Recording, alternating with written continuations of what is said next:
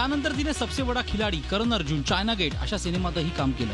पण China gate या चित्रपटात तिला जो रोल मिळाला त्यामागे अंडरवर्ल्ड डॉन छोटा राजनचा हात असल्याचं समोर आलं आणि ममताचं अंडरवर्ल्ड कनेक्शन समोर आलं. चायना गेट या सिनेमात ममताला रोल मिळवून देण्यात अंमली पदार्थ तस्कर विकी गोस्वामीने महत्त्वाची भूमिका पार पाडली.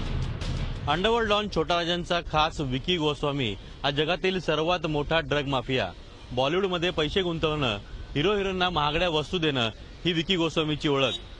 मुंबई पोलिसांच्या अंमली पदार्थ तस्करी प्रकरणामध्ये विकी गोस्वामी बरोबर ममता कुलकर्णीचं नाव आलं आणि ममताचा एक नवीन चेहरा जगासमोर आला. अचानक 2002 मध्ये ममता कुलकर्णी गायब झाली. थेट वर्षभरानं ती दुबईला असल्याची माहिती समोर आली. अंमली पदार्थ तस्करी प्रकरणी दुबईच्या जेलमध्ये आपला बॉयफ्रेंड विकी गोस्वामीला सोडवण्यासाठी ममता दुबईत गेली होती. त्यानंतर विकीने ममतासाठी अन्न पाणी सोडल्याचं समोर आलं. तेव्हा ममताने ग्लॅमरवर पाणी सोडलं आणि ती गगनगिरी महाराजांच्या अध्यात्माची दीक्षा घेऊन झाली योगिनी. हे सर्व ती विकीच्या सुटकेसाठी करत होती. 2014 मध्ये अमेरिका आणि केनिया पोलिसांच्या अँटी ड्रग युनिटने कारवाई करून अंमली पदार्थांच्या तस्करी प्रकरणी विकी गोस्वामी, केनियाचा ड्रग माफिया बराकत आकाशासह त्याचा छोटा भाऊ आणि पाकिस्तानचा ड्रग माफिया गुलाम हुसेनला अटक केली. त्यावेळीही ममताला चौकशीसाठी ताब्यात घेण्यात आलं होतं.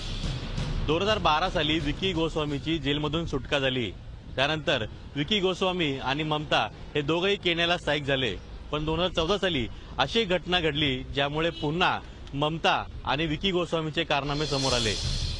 ममताकडून विशेष काही माहिती न मिळाल्याने केनिया पोलिसांनी तिला सोडून दिलं. त्यानंतर काही महिन्यांनी केनिया पोलिसांनी विकीलाही सोडून दिलं. त्यानंतर वर्षभर विकी गोस्वामी अंडरग्राऊंड झाला आणि अचानक गेल्या आठवड्यात ठाणे पोलिसांनी 2000 कोटी रुपयांच्या अंमली पदार्थ जप्ती प्रकरणी केलेल्या कारवाईत विकी गोस्वामीचं नाव समोर आलं. एवढंच नाही तर ममता कुलकर्णीचीही या प्रकरणी चौकशी करण्यात येईल असं ठाणे पोलीस आयुक्तांनी स्पष्ट केलं.